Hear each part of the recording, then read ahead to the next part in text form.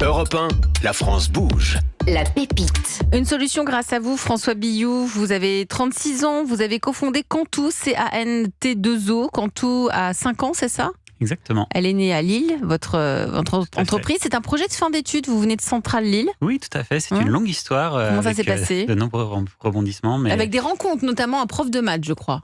Oui, tout à fait. C'est même lui qui est venu à la base avec la problématique à régler. Donc moi, j'ai fait une école d'ingénieur sur Lille. Et donc, la difficulté qu'il rencontrait, c'est que des élèves arrivaient en classe avec des difficultés pour écrire ou pour lire, donc des élèves dyslexiques ou dyspraxiques. Et ils avaient besoin de solutions, notamment pour les cours de maths, pour pouvoir répondre aux questions, comprendre les questions et du coup poursuivre leur scolarité, notamment dans les sciences. Mmh. Et donc, on a commencé à travailler sur un prototype avec quelques collègues ingénieurs. Et on a sorti un premier logiciel qui s'appelait Bomec, qui était un prototype pour répondre à cette problématique. Pour rendre donc les mathématiques accessibles aux personnes en situation de handicap. Ça, c'était la première. Tout à fait, la première étape. Qui s'est achevée en 2013. Et suite à ça, j'ai poursuivi en fait le projet en m'étant rendu compte des difficultés qui étaient vraiment vécues par les élèves dans les classes et à quel point ils étaient bloqués par leurs difficultés, indépendamment de leur capacité intellectuelle en fait. Et du coup, ils étaient pénalisés en fait par des freins qui avaient rien à voir avec vraiment leur capacité à étudier. Et donc, c'est pour ça que j'ai travaillé sur un nouveau logiciel qui visait à essayer de mieux intégrer ces élèves et de poursuivre plus loin en fait le projet qui avait été fait en fin d'études. Et j'ai créé un logiciel qui s'appelait Mathéos. Donc, on était toujours dans l'univers des mathématiques. Du coup, là, toujours dans l'univers des mathématiques, mais en essayant de prendre en charge un peu plus de handicap. Ouais. Et en 2018, j'ai été rejoint par Minaj Selvam. Et là, on s'est vraiment fixé pour objectif. Donc, c'est votre co-associé. Exactement. Et là, vous vous retrouvez dans un incubateur que vous avez intégré. Vous vous lancez dans l'entrepreneuriat. Et vous vous lancez ensemble pour lancer Cantou, c'est-à-dire pour sortir des maths et aller vers d'autres matières comme la lecture, par exemple, et améliorer l'expérience et les méthodes de lecture. Cantou naît, vous allez pitcher, vous aussi, et on se retrouve juste après. Vous êtes prêts ? Allez-y. C'est à vous. Donc, Cantou, c'est une entreprise sociale et solidaire dédiée à donner plus d'autonomie aux élèves en difficulté ou en situation de handicap grâce à des solutions numériques. Et notamment, en fait, si vous imaginez un élève qui aurait du mal à lire ou à écrire, il va être pénalisé dans toutes les matières, à tous les niveaux de sa scolarité. Et ça, donc, comme je disais, indépendamment de ses capacités intellectuelles réelles pour réussir. Et du coup, c'est là qu'on va intervenir. Nous, on développe des solutions numériques, des logiciels qui vont permettre à ces élèves de lire, d'écrire, de travailler, en fait, peu importe leurs difficultés. On va complètement adapter l'interface à leurs besoins et on va même pouvoir complètement oraliser l'interface si nécessaire, c'est-à-dire on va utiliser de la synthèse vocale pour lire tous les textes qui sont affichés à l'écran, on va utiliser de la reconnaissance vocale pour lui permettre d'écrire avec sa voix. Et aujourd'hui, on va équiper plus de 200 000 élèves dans 5 pays et on leur permet de surmonter les obstacles qui les empêchent de réussir à l'école. Formidable. Merci pour votre pitch, François Billoux. Vous êtes le cofondateur de Cantou. Ça vous inspire quoi autour de la table, Benjamin ? Alors concrètement, comment est-ce que ça fonctionne ? On a par exemple un texte à lire et on le met dans le logiciel et comment ça le transforme ce texte ? Alors, nous, on a développé plusieurs technologies pour adapter effectivement tous les textes. Donc, on a des possibilités pour l'oraliser. Donc, on peut sélectionner le texte ou simplement le survoler pour en avoir une lecture vocale. Mais on va aussi travailler sur l'affichage pour que les gens puissent mieux se mettre à la place de ce que c'est lire pour un dyslexique ou écrire pour un dyspraxique. Je vais donner une expérience qui est plus commune. C'est si vous êtes étranger, en fait. Donc, les élèves allophones, c'est des élèves dont le français n'est pas la langue maternelle et qui se retrouvent donc à l'école. Et donc ça, c'est quelque chose dans laquelle on est confronté quand on voyage à l'étranger. On a plein de textes, plein d'informations à acquérir et on est bloqué par la langue. Donc nous, on fournit par exemple un traducteur déjà qui va permettre d'accéder à l'information. Et on va fournir aussi des outils pour mettre en forme le texte et par exemple mettre en gris les lettres qui sont muettes. Parce que dans la langue française, c'est une difficulté pour un élève étranger d'avoir toutes ces lettres qui ne se prononcent pas et qui pourtant figurent dans le mot écrit. Donc voilà, c'est des exemples d'adaptation du texte qu'on va pouvoir faire. Et pour rendre tout ça utilisable dans une école et dans une classe, on va présenter tout ça sous forme de cahiers virtuels numériques dans lesquels... Aujourd'hui, vous en êtes où dans le développement de votre boîte, François Billoux ? Aujourd'hui, est donc une dizaine de salariés. Donc 10 salariés au sein de Cantou. C'est ça. Et on commence à travailler de façon assez large en France. On travaille avec 12 académies sur les 30.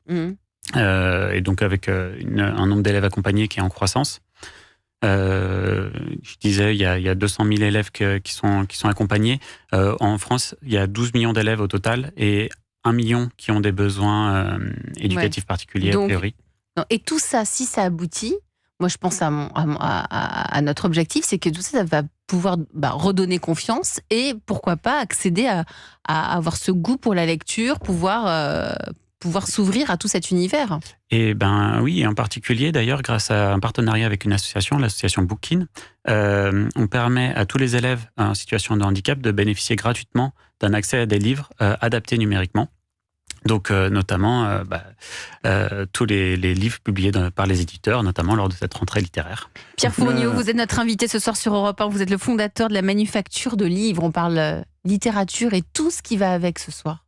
Oui, pour compléter ce qui vient d'être dit, il y a des éditeurs, alors moi c'est pas mon cas, mais il y a des maisons d'édition qui s'attaquent à ce problème et qui ont créé des collections spéciales pour les lecteurs dys, donc dyslexiques, dysorthographiques. Des éditeurs jeunesse comme Rajo, qui a une collection qui s'appelle Flash Fiction, et dès la conception du livre, alors c'est des livres papier, il y a un cahier des charges pour les auteurs, pour les romanciers, qui obéissent à certaines règles pour que ces textes soient accessibles à la fois en termes de syntaxe, de construction, à tous, et pour éviter ce traumatisme souvent qu'est la rencontre avec le livre quand on est écolier ou lycéen et qui perdure ensuite le reste de la vie, parce que un livre c'est formidable et il faut justement enlever toutes les angoisses, tous les traumatismes qu'on a eus pour découvrir. Il y a toujours un livre pour soi qui peut changer sa vie. Et c'est l'objectif aussi parmi de ce que vous proposez, François Billoux. Je me tourne vers le coach de ce soir qui est parmi nous, qu'on n'a pas encore entendu, c'est Charles Yvon, le président des Parapluies de Cherbourg. Votre regard sur Cantou ? Moi, ce que je trouve formidable, c'est que l'entreprise a déjà des clients. Déjà 200 000 utilisateurs, c'est pas rien, parce que l'entreprise est toute jeune, et en plus dans 5 pays. Donc, quand on sait les difficultés d'exporter ses services ou produits c'est bien parti, à l'étranger, on va dire, c'est plutôt bon signe. Bon, elle a 5 ans quand même. 5 ans, c'est ça ? Oui, mais c'est bien. C'est assez récent. Et j'ai des questions sur... là, aujourd'hui, on est à 200 000 utilisateurs. Quel est l'objectif, je sais pas, dans 1 an ou 3 ans, du nombre de personnes qui vont utiliser Cantou ? Alors pour le moment, on a un rythme de croissance qui permet de doubler le nombre d'utilisateurs chaque année.